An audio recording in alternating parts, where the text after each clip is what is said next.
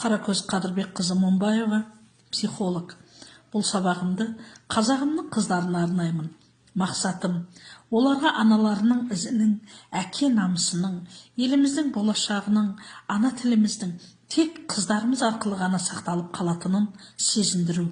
Қазақта қыз қасиетті сөз. Қасиетті дейтініміз бүкіл адамзат қыздан тарайды. Қыз келін анаға айналады, ал ана әже деген зор дәрежеге жетеді.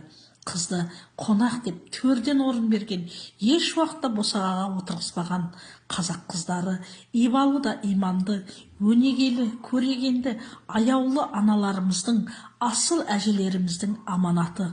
Қазақ бойжеткен қызды ажарына қарай бөліп атаған, баппен сөйлеп, биязы күліп, жақсы жаманның жөнін біліп тұратын әдемі қыз.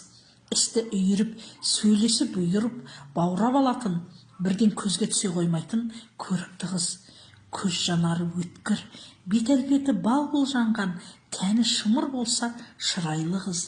Сөзі өткір, өзі пысық, өрескелдікті сүймейтін, болмашыға күйіп піспейтін, келбеттіні сұлу қыз.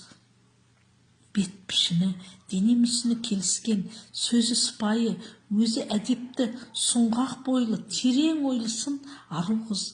Дене бітімі жинақы, тығыршық, сөзі салмақты, ісі тиянақты болса ажарлы қыз. Жүзі жылы, өзі ұяң, тәні нәзік қызды әсем қыздар қатарына жатқызған.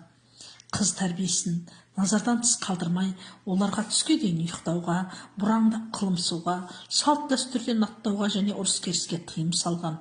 Алайда біз қыз тәрбиесінің тізгінін босатып алдық. Бұл шындық. Қыздарымыздың көшеде ашықтан ашық темекі шегіп, сыра ішіп жүргендерін көріп, жүрсек те мән бермедік. Олардың ертеңгі ана екенін естен шығардық. Соңғы жылдары кәмелетке толмай жастықтың дәмін татпай жатып, ерте жүктіліктің зарын тартатын, нәрестелерін көшеде қоқыс жәшігіне тастайтын санасыз қыздар көбейгені ащы да болса шындық. Ерте жүктілікке ұрынудың себептері өте көп және күрделі.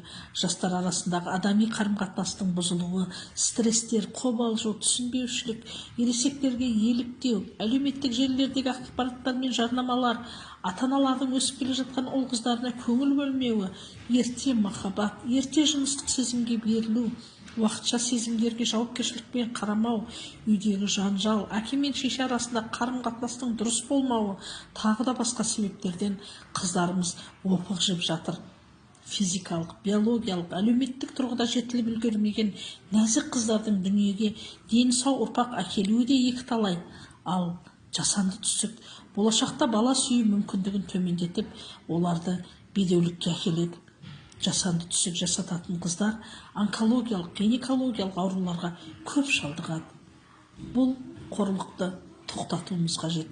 Қыз тәрбиесіне немқұрайлы қарай алмайтын қасиет қазақтың қанына сіңген, о бастан бар. Қыздарымызды аялайық, қорғайық, тәрбиелейік. Отбасында орын алған жанжал, ұрыс-керіске төзе бермейтін, қарсылық танытатын, күресуге тырысатын қыздарымыз да бар.